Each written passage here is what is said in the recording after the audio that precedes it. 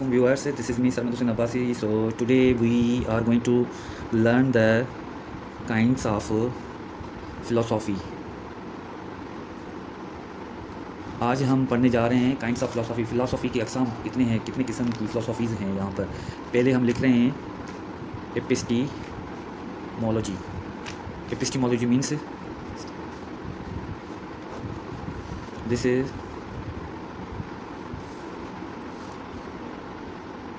this study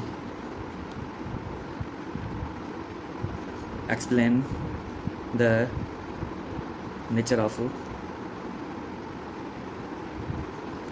knowledge.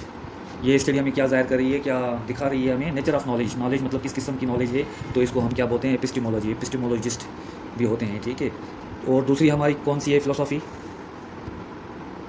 Naturalist. Naturalist क्या होते हैं? Naturalist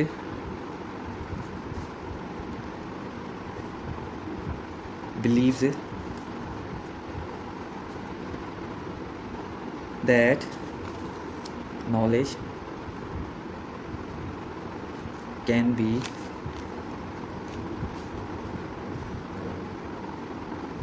gained through senses. ये के कौन है? नेचुरलिस्ट। ये नेचुरलिस्ट इसमें क्या बोल रहे हैं कि नेचुरलिस्ट ये बोल रहे हैं कि knowledge can be gain through the senses. Knowledge हम हासिल कर सकते हैं किस तरफ से हम ये नॉलेज हम हासिल कर सकते हैं? सेंसेस की तरफ से। सेंसेस क्या होते हैं? हमारे एहसास, हमारी फीलिंग्स, ठीक है। ये इस तरह से हम ये बोल रहे हैं कि नेचुरलिस्ट जो होते हैं वो ये बोल रहे हैं कि हम नॉलेज गेन कर सकते हैं सेंसेस के ज़रिए। सेंसेस क्या है? आइडियलिस्ट क्या बोलते हैं? आइडियलिस्ट कौन है? ये प्लेटो के मानने वाले हैं। ये किसने दी थी? आइडियलिज्म थ्योरी किसने दी थी? प्लेटो ने दी थी, ठीक है। ये बोल रहे हैं कि knowledge can be gain through the project method. Knowledge can be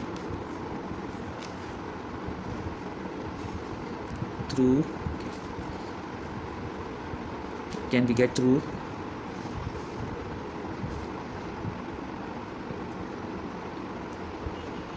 knowledge can be gained through the project method and experiment के ज़रिए। आइडियलिस्ट ये बोल रहे हैं कि हम मतलब नॉलेज जो है ना वो किस तरह से गेन कर सकते हैं? Through project method. किसी भी मतलब अमल के ज़रिए हम या मतलब किसी भी तजुर्बे के ज़रिए जो नॉलेज गेन कर रहे हैं वही नॉलेज अच्छी है। तो मतलब ये क्या हुआ कि idealist believes on that we can get the knowledge through the project method and experiments, ठीक है। और इसी तरह से एक्सियोलॉजी क्या होती है? Axiology means the study of values. The study of values, ये हो गया हमारी एक्सियोलॉजी, ठीक है। एक्सियोलॉजी क्या है? नॉलेज ये बोल रहे हैं कि knowledge can be gained through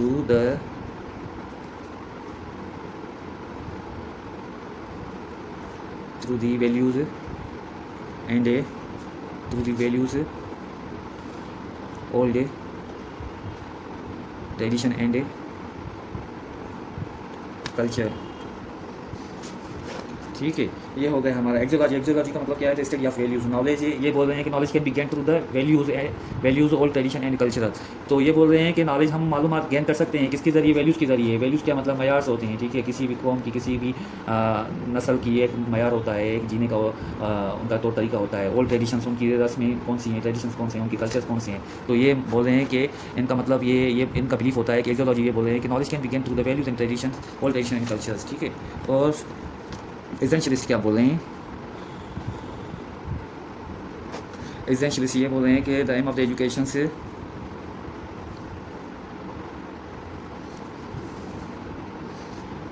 they stress upon the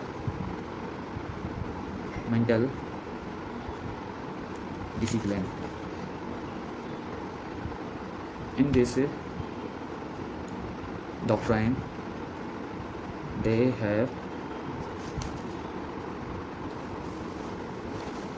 have belief a good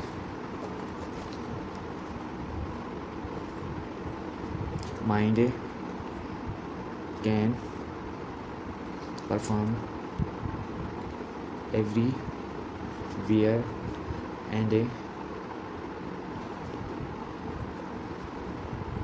does not leave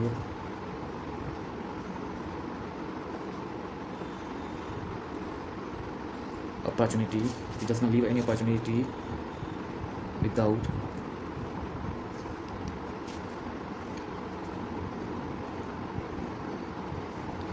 gain the knowledge from these libraries. ठीक है, तो एसेंशियलिस्ट ये मतलब क्या है कि ये बता रहे हैं कि इंसान की जो है ना जहनी सेहत अच्छी होगी तो वो कहीं भी कहीं से भी कुछ भी हासिल कर सकते हैं, हर किस्म की नॉलेज वो गेन कर सकते हैं। अगर इंसान की जहनी मालूमात और जहनी सलाहियत ठीक नहीं है, उसका सोचने का अंदाज बिल्कुल मतलब अलग है, इंट्रोवर्टेड है और वो जो है ना अपने तरीके से वो सोच रहा है, तो वो नॉलेज गेन नहीं कर सकता। तो ये क्या करते हैं, they control over thinking, they control over thinking and mind. क्या करते हैं ये, they control over thinking and mind. ठीक है, तो ये एसेंशियलिस्ट का मतलब क्या है कि अगर इंसान का जहन सही नहीं होगा, उसका माइंड जो सही नहीं होगा, ठीक नहीं होगा, तो वो कहीं भी किसी भी दुनिया के किसी भी कोने में से वो नॉलेज हासिल नहीं कर सकता। अगर माइंड सही है, उनका कंट्रोल है अपनी माइंड पे, तो वो कहीं भी किस तरह की नॉलेज वो गेन कर सकते हैं। ठीक है, ये है हमारा एसेंशियलिस्ट वालों का बिलीफ। ये हमारा क्लियर हो गया टॉपिक को।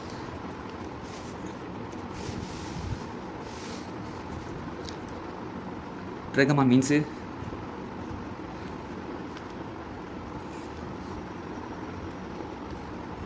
Practical.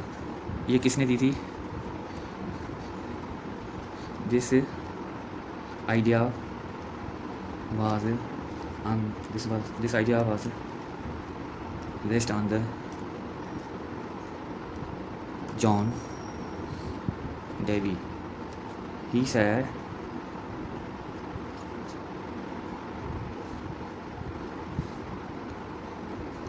child can get a more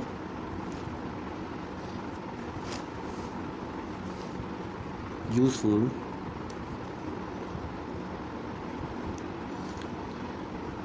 knowledge by doing it practically. Okay, pragmatism, जब भी ये प्रेगमा लफ्ज़ आए तो इसका मतलब आपका जहन में आ जाना चाहिए कि प्रैक्टिकल मतलब वो काम, वो नॉलेज, वो मालूमात, वो तजुर्बा जिससे वो आप करने से हासिल हो, वो प्रेगमेटिज़म है। और प्रेगमेटिज़म जो किसने दी थी, ये थ्योरी जॉन डेवी ने दी थी। ठीक है, ये क्या बोल रहे हैं कि he said child can get more useful knowledge by doing it practical. Knowledge can be gained through learning by doing. ठीक है, learning by doing, knowledge can be gain through the practical and experiment and observations. ठीक है, learning by doing. और realism ये क्या बोल रहे हैं,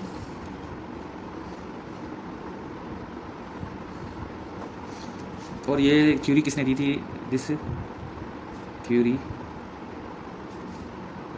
was based on the Aristotle. इसमें क्या बोल रहे हैं कि मैटर इज रियल। ठीक है, रियलिज्म का भी हमें मालूम हो गया कि ये किसने थ्योरी दी थी, एरिस्टोटल ने दी थी। और इसमें ये क्या बोल रहे हैं कि मैटर इज रियल। और उसके अलावा हमारी दूसरी कौन सी है फिलोसॉफी,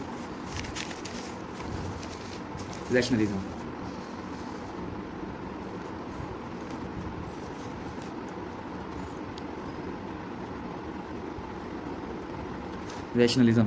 रैशनलिज्म है school of thought that believes, इसमें क्या होता है, based on the knowledge gained through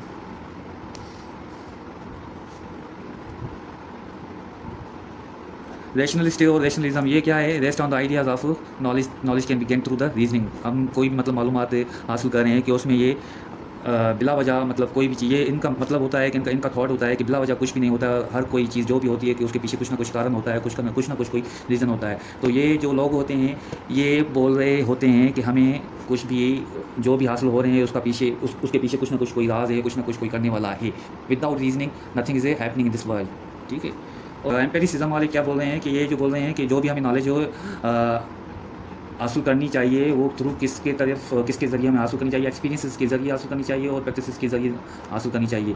ये जो without experience and without practices whatever we are going to learn, we are going to teach और we are going to getting the knowledge from the people. So all these knowledge are based on the long basis, ठीक है। ये बोल रहे हैं without experience without practices वो knowledge आपकी काम की नहीं है। तो पहले आपको जो नॉलेज और प्रैक्टिसेस नॉलेज हासिल करनी चाहिए तो आप एक्सपीरियंसेस कर लें, प्रैक्टिसेस कर लें, ठीक है। ये कौन बोल रहे हैं कि एम्पेरिसिज्म वाले बोल रहे हैं। एम्पेरिसिज्म वाला का ये बिलीफ है।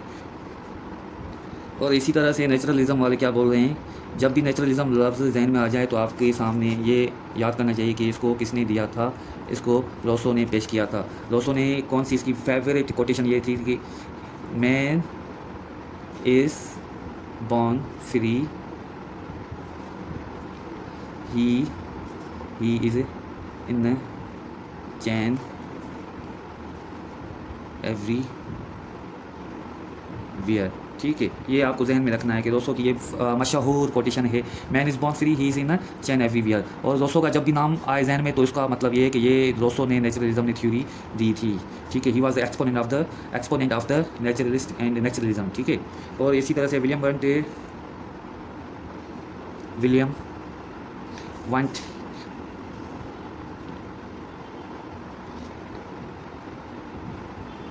William James,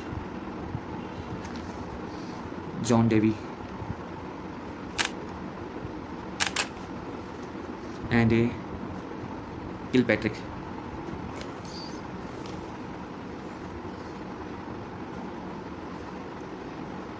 John Dewey and Kilpatrick are exponent of pragmatism.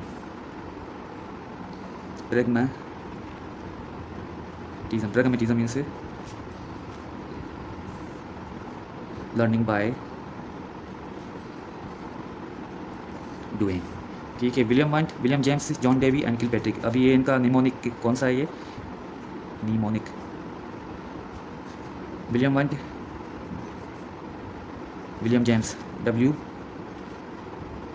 James William want, ठीक है। John Dewey, John JD and Kilpatrick KP, ठीक है। ये इसका William James, JD, John Dewey, Kilpatrick, ठीक है।